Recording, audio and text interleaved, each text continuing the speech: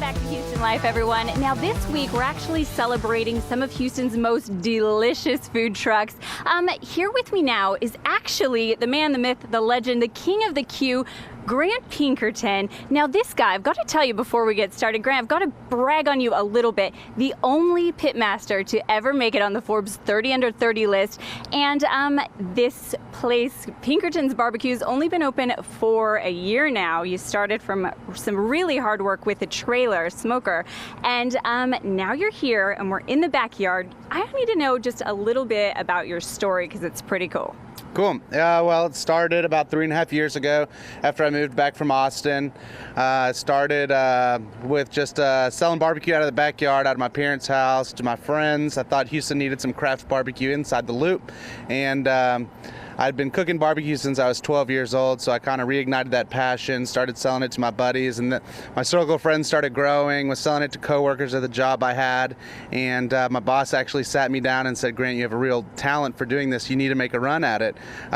It was at that point I bought a little trailer, I started pulling it around, serving at bars, and getting my social media going, and the thing kind of took on a life of its own and exploded from there. Okay, now I've got to say, you always have a line around the building. You've opened up especially for us today. Now, you guys are usually closed Monday, Tuesday, because you've got to have a day to do your laundry, right, Grant? Now, with what we've got behind us right now, since the restaurant's actually closed, this is actually similar to the trailer that you used to smoke out of.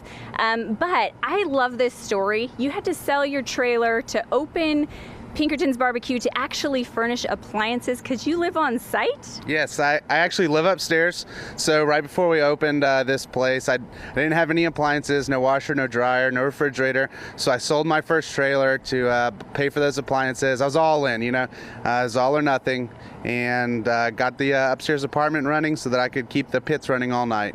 So that's such a great story, but I want to talk a little bit about some of your differentiators because it takes a lot to be a standout barbecue joint in Texas. By the way, Texas Monthly, congratulations on being named by for one of their 50 top barbecue joints. That's a tough list to make in the state of Texas. But something that's pretty cool that you were telling me is that you actually take on basically apprentices, people who have never been a pit master, and you train them your way? Yes, so one of the unique things about us is that I've trained all the pit masters myself. They're guys who are recreational cooks, backyard guys, had some interest in barbecue, but nothing ever professional. So brought them in here and worked with them. They only know one way to cook barbecue, and that's the Pinkerton way. All right, and the Pinkerton way might just be the only way here in the Heights. If you go from a trailer, food truck, into a brick and mortar, you're doing it right. So if you guys, if you're thinking about starting a food truck, or if you have one right now, and you actually want to turn it into a successful business, follow what this guy's doing. Grant, thank you so much. I can't wait to dig into all of this delicious meat and these wonderful sides in front of me. For more information, pinkertonsbarbecue.com. There's more Houston Life coming up right after the break. Lauren Kelly will be here with What's Trending.